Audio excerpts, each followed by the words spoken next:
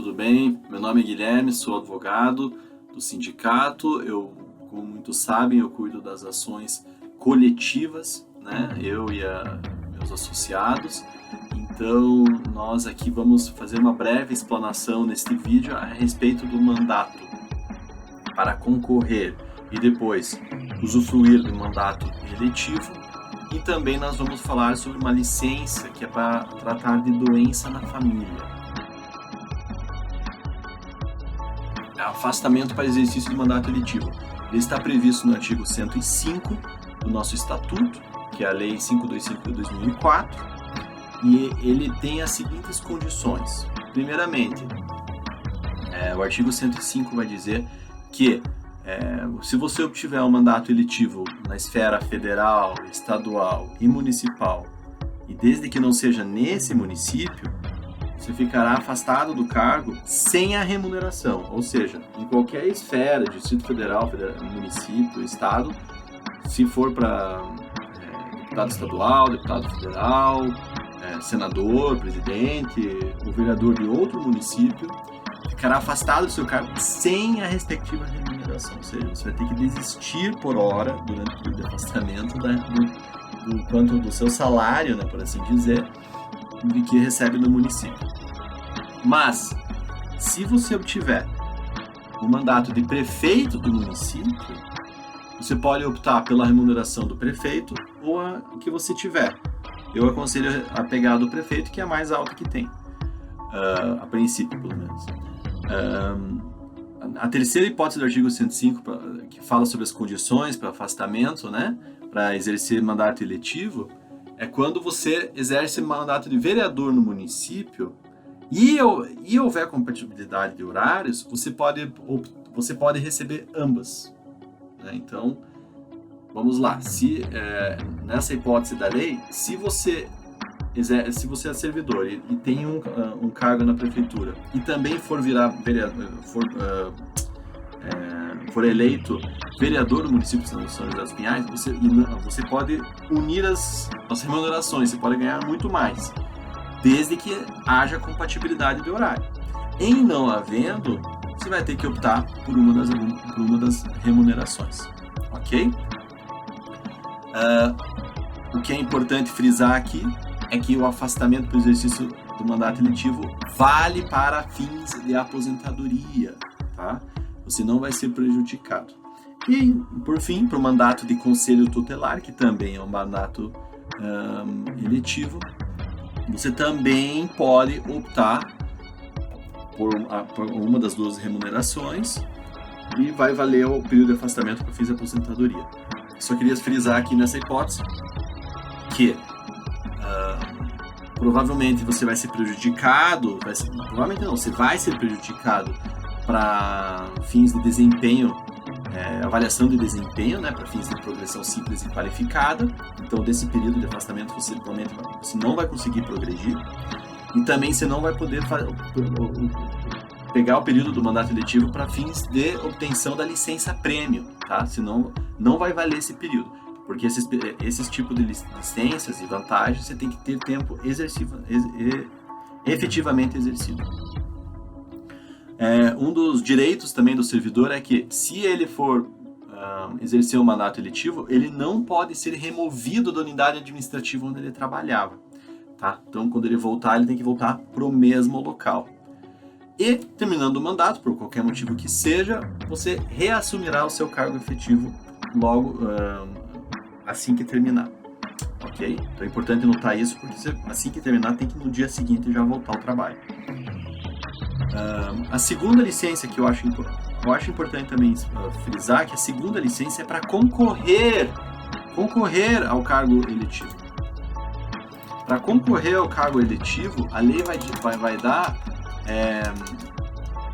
90 dias de salário para você poder concorrer. Está no artigo 142 do Estatuto. O servidor efetivo terá direito à licença durante o período que mediar entre a sua escolha em convenção partidária para concorrer a cargo eletivo e o 15º dia seguinte ao da realização do turno da eleição do qual tenha participado. Então, eles quiseram ser bastante abrangentes nessa hipótese, mas no período que você concorre, você também pode ser afastado do trabalho, tá, pessoal? E ele vai ser sem prejuízo da remuneração, limitado até 3 meses. Então, para concorrer, você pode ficar até 3 meses ganhando salário. Mais do que isso, você esse período daí passa a ficar sem salário.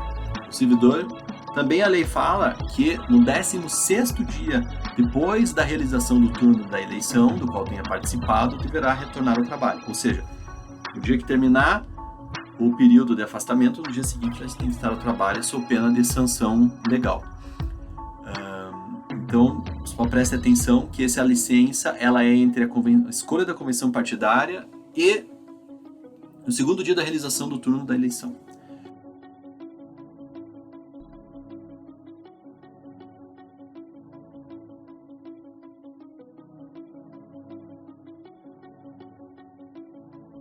Licença por motivo de doença em pessoa da família. É o artigo 138 do nosso estatuto. O servidor poderá ser concedida licença por motivo de doença em pessoa da família, mas a lei vai dar 3 requisitos para isso. Primeiro, que a doença seja comprovável por meio de documentação médica, e quem tem que confirmar isso é a perícia médica, como a gente chama, né? O serviço médico pericial. 2, que a assistência do servidor junto ao familiar é imprescindível para a recuperação ou tratamento do familiar. E terceiro, que a presença do servidor junto ao familiar seja incompatível com o exercício do cargo. Ou seja, para cuidar do familiar, você não consegue trabalhar, ou seja, no mesmo horário, né? Que é imprescindível que seja você e não outra pessoa, tal como um outro familiar. É você que tem que cuidar, aí que é difícil um pouco comprovar. E terceiro, que seja comprovável junto à autoridade, aos técnicos médicos da prefeitura contratados para tanto. Quem vai decidir se realmente é imprescindível, primeiramente é a equipe médica, né, o serviço social da prefeitura, e depois a autoridade da SEMARC, que é o secretário. Para fins legais, quem são família? São os cônjuges e companheiros, e aqui eu incluo aqueles em união estável, sejam eles incluindo os homoafetivos, né? E na minha opinião, aqui o conceito tem que ser conforme já a jurisprudência do STJ, é o conceito mais aberto de família, então mesmo que não exista uma formalização, tem que incluir também, tá? Então, cônjuges, ou companheiros, homoafetivos ou não, mesmo que não tenham um documento formal que ateste isso, na minha opinião, se eles conseguirem comprovar por outros meios que eles são, tem que valer. São também para fins legais os filhos, os pais, os avós, os irmãos, os tutelados, curatelados e pessoa da qual o servidor tem a guarda judicial. Eu incluiria aqui também os adotados, tá? Obviamente que são filhos também, mas só para deixar claro que é nessas hipóteses. E eu também, na minha opinião, se você conseguir comprovar que tem outras especificidades de tratamento, tal como uma situação muito rara, tal como existe hoje o adotar de avós, né? Então, na minha opinião, também entrariam nisso, mesmo que a lei não preveja. A licença para essa aqui é bastante curiosa. Ela é de no máximo 90 dias, ininterruptos ou não, mas prorrogáveis por tantas vezes quanto necessárias até 1 ano. Então, o máximo é 90 dias de uma só vez. Só que esses 90 dias, até 90 dias, pode ser prorrogado várias vezes, até chegar em 365 dias. O mais curioso de tudo é que essa licença só pode ser usada uma vez na tua vida inteira junto à prefeitura. Na tua vida funcional, como eles chamam, uma vez só que você pode usar essa licença até o limite de 365. Então, se você usar ela até 365 dias, acabou. Você nunca mais vai poder usar ela. Tá? Também tem uma última ressalva. Se essa licença ultrapassar 190 dias, começa a haver um prejuízo no seu saláriozinho. Saláriozinho não, né? No salário. Ela será de redução de 1/3 quando exceder 90 dias e será com redução de 2/3 quando ela for mais de 180 dias a licença. Tá bom? Então aqui ele está falando das hipóteses de prorrogação. Quando elas forem prorrogadas várias vezes, já na primeira prorrogação de 90 dias, é 1/3, e depois da segunda prorrogação, a partir de 180 dias, aí é 2/3. Então, o teu salário vai diminuindo conforme o tempo passa. Também aqui vai ter prejuízo para obtenção da licença prêmio e para fins de progressão simples, porque não vai poder fazer as avaliações de desempenho. Mas vai contar esse período para fins de aposentadoria, caso estejam curiosos. Pessoal, é isso que eu tenho para explicar pelo momento. Agradeço a atenção de vocês. Uma boa noite.